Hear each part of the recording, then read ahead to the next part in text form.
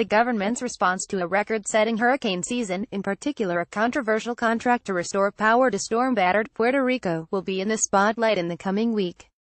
On Wednesday, the House Homeland Security Committee will hold a hearing to assess the Federal Emergency Management Agency's FEMA preparedness and response capabilities. And then on Thursday, a House Energy and Commerce Subcommittee will hold a hearing to examine federal and state governments' response to a spate of recent hurricanes. Both hearings are certain to be dominated by questions over the Trump administration's handling of Hurricane Maria, which devastated Puerto Rico.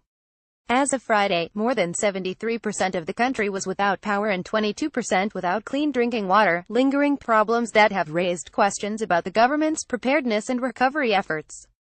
A contract for a small Montana electric company, based in Interior Secretary Ryan Zinkery and Keith Zink overnight energy house panels open probes into whitefish power deal with Puerto Rico house panels investigating Zero and Puerto Rico power grid contract. Dems ask for investigation into whitefish energy deal. Moray's hometown, to help repair the island's electric grid, has received intense media and congressional scrutiny. Democrats quickly raised ethical and legal questions about the agreement. The House Energy and Commerce and Natural Resources Committees have both launched probes into the $300 million contract Puerto Rico signed with Whitefish Energy, and the Department of Homeland Security's Inspector General has begun an audit of the matter as well. The Interior Department and Whitefish Energy have denied that Zinke played any role in the company from his hometown getting the Puerto Rico deal. "I had absolutely nothing to do with Whitefish Energy receiving a contract in Puerto Rico. Any attempts by the dishonest media or political operatives to tie me to awarding or influencing any contract involving Whitefish are completely baseless," Zinke said in a statement Friday. Only in elitist Washington, D.C., would being from a small town be considered a crime. The White House distanced itself from the contract as well, saying Friday that it had no involvement in the decision. Officials also said President Trump discussed the issue personally with Zinke during an Oval Office meeting and that the secretary told him he had no role in the contract. On Sunday, Puerto Rico canceled the contract. But the controversy is unlikely to fade soon, and lawmakers will get their first chance to grill officials over the deal and the broader hurricane season response. FEMA Administrator Brock Long will be testifying at the Wednesday Homeland Security hearing, in his first appearance before the House since taking the post. The agency on Friday said it also had significant concerns with the deal. While the Puerto Rico Electric Power Authority PREPA signed the contract, FEMA is responsible for paying for it. Based on initial review and information from PREPA, FEMA has significant concerns with how PREPA procured this contract and has not confirmed whether the contract prices are reasonable, FEMA said in its statement. The Energy and Commerce Subcommittee HASNT released a witness list for its Thursday hearing yet, but it said Department of Energy and U.S. Army Corps of Engineers officials will testify on issues including the Puerto Rico energy crisis and examine lessons learned so far from the hurricanes that hit the Gulf Coast.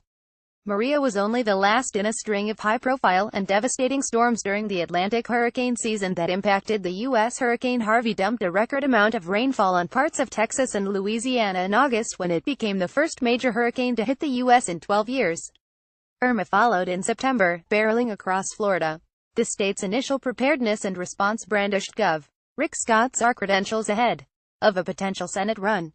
But federal officials are investigating the circumstances surrounding the deaths of a dozen residents of a nursing home there during the storm.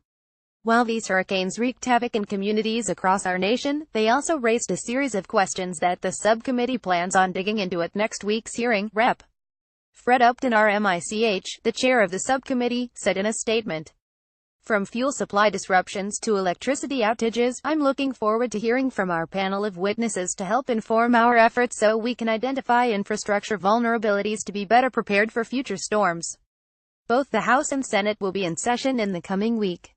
Over in the Senate, the Energy and Natural Resources Committee will begin debating whether to start drilling for oil in the Arctic National Wildlife Refuge ANWR in northern Alaska, the opening act of what's likely to be a bitter fight.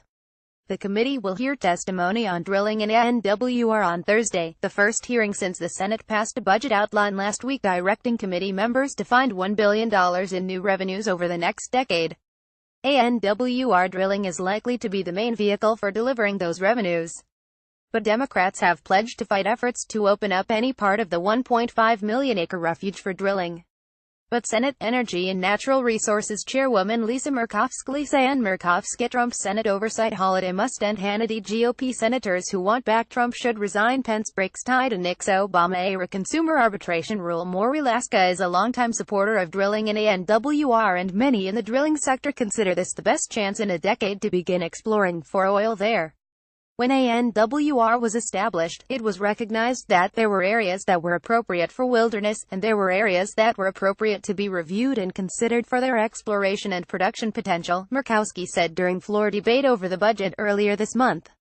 Opening the non-wilderness area to development is an option to meet the instructions to the Energy Committee. But it is not the only option. But I will tell you, it is the best option, and it is on the table. The White House could also release the results of the Interior Department's review of national monuments as soon as next week. Sen. Orrin Hatch Grant Hatch overnight cybersecurity lawmakers grill Trump officials over Kaspersky threat. Trump camp distances itself from data firm. What we know about Bad Rabbit. Conservative groups back data privacy bill. Right-leaning groups back international data privacy bill. Overnight healthcare bipartisan health plan faces new challenge from conservatives. Moraes Ruda office said Trump told the senator he will shrink the state's large, controversial Bears Ears National Monument. The White House said the results of the review, including decisions on 26 other monuments, could come soon.